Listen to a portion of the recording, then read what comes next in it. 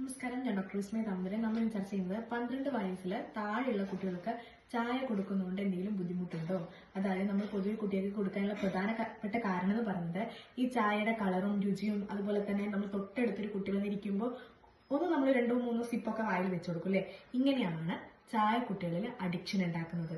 എന്നാൽ ഈ ചായ കുട്ടികൾ കൊടുക്കുന്നതുകൊണ്ട് എന്തെങ്കിലും ബുദ്ധിമുട്ടുണ്ടോ എന്ന് ചോദിച്ചാൽ നിർബന്ധമായിട്ടും കൊടുക്കാൻ പാടില്ല എന്ന ഉത്തരം മാത്രമേ പറയാൻ പറ്റുള്ളൂ.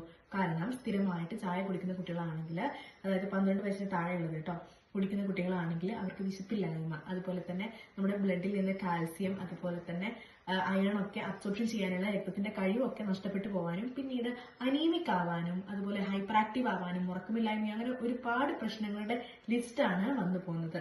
അതുകൊണ്ട് 12 വയസ്സിന് താഴെയുള്ള കുട്ടികൾക്ക് നിർബന്ധമായും കൊടുക്കാൻ പാടില്ലാത്ത ഒന്നാണ് കോഫി, അതുപോലെ തന്നെ ചായ. കാരണം അതിലടങ്ങിയിട്ടുള്ള കഫീന്റെ ഒക്കെ അടിഞ്ഞു കൂടുന്നത് കൊണ്ടാണ് ഇത്തരം ബുദ്ധിമുട്ടുകൾ ഉണ്ടാകുന്നത്. അതുകൊണ്ട് നമ്മൾ ഇത് മാത്രമല്ല കേട്ടോ, ഇതിൽ കൂടുതൽ ലിസ്റ്റുകളിൽ പെടുന്ന ഒരുപാട് പ്രശ്നങ്ങൾ കുട്ടികൾക്ക് അനുഭവപ്പെടാൻ സാധ്യതയുണ്ട്.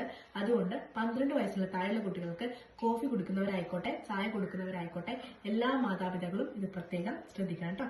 താങ്ക്